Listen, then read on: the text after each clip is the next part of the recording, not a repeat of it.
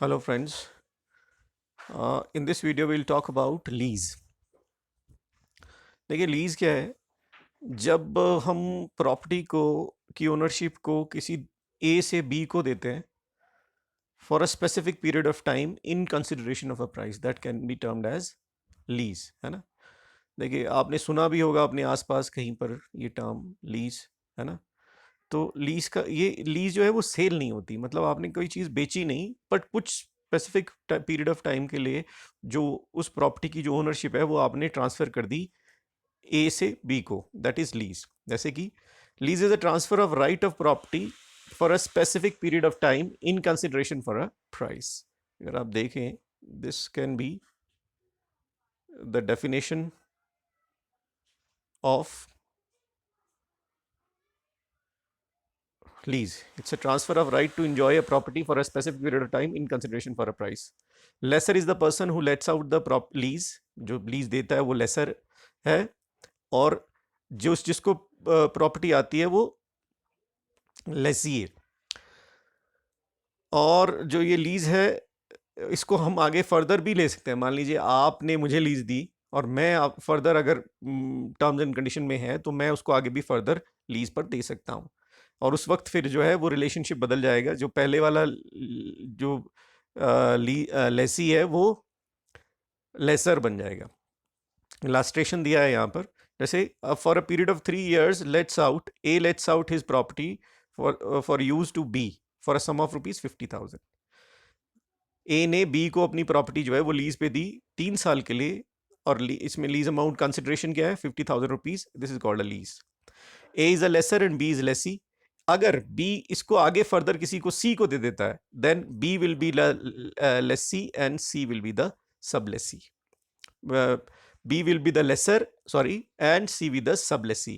The relation between B and C will be that of the relation between A and B. मतलब जैसे जिस तरह का पहले रिलेशनशिप A और B में था, जब ये सब लीज हो जाएगी तो उसी तरह का रिलेशनशिप B और C में होगा। राइट्स और लाइबिलिटीज की अगर हम बात करें तो राइट्स की हम सबसे पहले लेसर की जो लीज पे दे रहा है उसकी क्या राइट्स होंगे। Disclose defects of property, sorry पहले लाइबिलिटीज है। कोई भी अगर प्रॉपर्टी में कोई डिफेक्ट है जो उसको पता है वो उसको बताना है। Give possession of the property to the lease, जो भी प्रॉपर्टी लीज पे देनी है उसका पोजेशन देना है लेसी को। और lessor should let out the property for lease to the lessee and make sure the lessee enjoys the property without any interruption upon payment of money. जब पैसे दे दिए उसके बिना किसी इंटरप्शन के फिर वो उस प्रॉपर्टी को एंजॉय कर सकता है for that specific period of time. अगर हम राइट्स की बात करें तो राइट्स एंड लाइबिलिटीज, राइट्स क्या है उसकी, लेसी की rights and liabilities. If any condition is made of to the lessee lease property during the lease period, then the addition can be comprised in the lease. अगर leased property में कोई addition किया जाता है, कुछ जोड़ा जाता है, then the addition must be comprised in the lease. वो जो एडिशन है वो लीज में होना चाहिए, बिना परमिशन के नहीं उसमें ऐड किया जा सकता।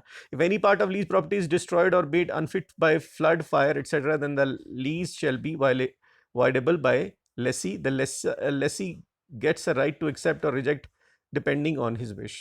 अगर कोई भी उस प्रॉपर्टी का कोई राइट जो है वो डिस्ट्रॉय, पार्ट जो है वो डिस्ट्रॉय हो जाता है या अनफिट हो जाता है बाय फ्लड, फायर एटसेट्रा, तो जो लीज है वो वाइडेबल है, उसको वाइड किया जा सकता है, but it depends on the wish of the Lesi.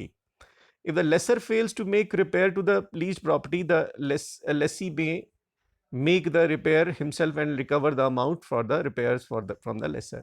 अगर मान लीजिए लेसर जो है उस जो डैमेजेस हुए इस प्रॉपर्टी को उसको रिपेयर करना नहीं करता है, और जो लेसी है वो उस रिपेयर को कर देता है, तो वो उस पैसा जो है वो लेसर से ले सकता है या उसको मांग सकता है।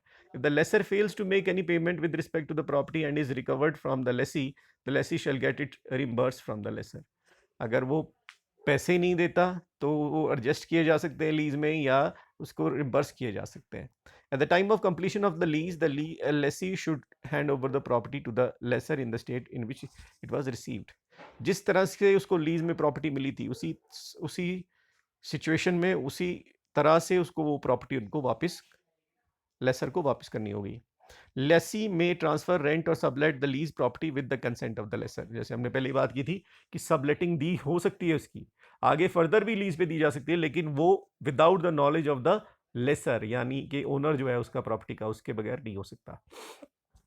Disclose to the lessor any fact lies in the property that will increase the value of the property. अगर उसको पता है कि ये जो प्रॉपर्टी वो लीज पे ले रहा है उससे उसकी प्रॉपर्टी की वैल्यू आने वाले समय में बढ़ने वाली है, तो वो बताना चाहिए उसको। The lessee should pay rent और on at a proper time and place as specified by the lessor. जैसा उसको रेंट, टाइम और जगह जो बताई गई है उस पर उसको प्रॉपरली टाइम पर देना होगा। Lessor is bound to keep the lease property in good condition when he is in possession of the property. जो प्रॉपर्टी उसके पास है बढ़िया कंडीशन में रखनी पड़ेगी। When notice of any defect is given to the lessor he is bound to rectify it within a period of 3 months। अगर प्रॉपर्टी में कोई डिफेक्ट हो रहा है तो वो डिफेक्ट जो है वो उसको within a period of 3 months ठीक करना होगा। The lessee may use the property and its product and must not do anything in that is destructive to the property. कुछ भी जो प्रॉपर्टी को डिस्ट्रॉय करता है इस तरह का कोई एक्टिविटी नहीं करनी, बाकी वो एंजॉय कर सकता है पूरी प्रॉपर्टी को। The lessee should not erect any permanent structure in the property without the consent of the lessor. और जो भी लेसर है उसके बिना नॉलेज के लीज प्रॉपर्टी में कोई भी पक्का स्ट्रक्चर वो नहीं बना सकता। Lessee is bound to put the lessor in possession of the property from the for determination of lease. Lessee जो है वो लेसर को क्या करेगा, दोबारा प्रॉपर्टी हैंड ओवर करेगा जैसे ही जो लीज है वो कंप्लीट हो जाती है। और दिस इज इसमें भी एक सिमिलर जजमेंट जो है वो है, दैट इज गजाधर वर्सेस रॉम्बे 1938। A theater was subleased and the sublessee was preventing from using the theater by the original lessor on the ground that a notice was served on the lessee for determining the lease. The sublease lessee had to pay an additional amount to the proprietor and then take the lease. It was then held that there is a violation on the part of the original lessor and the subleasee can sue the original lessor for damages for violation of quiet enjoyment of the property। ठीक है, तो इसमें क्या है, वो एक theatre जो था उसको सबलीज पे दिया गया था, लेकिन जो ओरिजिनल लेसर था उसको वो प्रिवेंट कर रहा था थिएटर सब लेसी को कि वो जो है जो जो लीज है वो हो गई है, कंप्लीट हो गई है। सब लीज लेसी जो था had to pay an additional amount to the proprietor, जो एडिशनल अमाउंट देना पड़ेगा उसको ओरिजिनल प्रोपराइटर को, तब वो लीज ले सकता है।